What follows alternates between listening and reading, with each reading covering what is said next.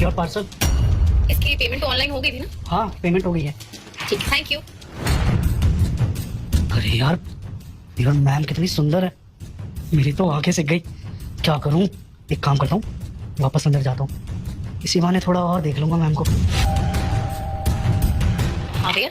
वो मैम मैं कह रहा था बाहर बहुत ज्यादा गर्मी हो रही है, गला सूख रहा है काफी, अगर पानी मिल जाता तो। ठीक है, मैं लेकर आती हूँ। अच्छा मैम, वो मैं कह रहा था मेरा ना फोन डिस्चार्ज हो गया, तो अगर आप चार्ज पे लगा दोगे तो क्या है ना, वो डिलीवरी करने जाना था तो। ठीक है, लाइए। आप एक काम करिए, आप इधर बैठ जाइए, मैं चार्ज लगा देती हूँ।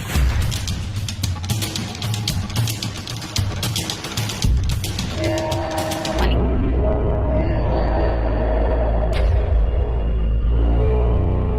ऐसे क्या देख रहे हो? कुछ नहीं, गिलास देख रहा था। मुझे बहुत अच्छे से पता है तुम मुझे ही देख रहे हो। वैसे भी मैं हुई देखने लायक चीज।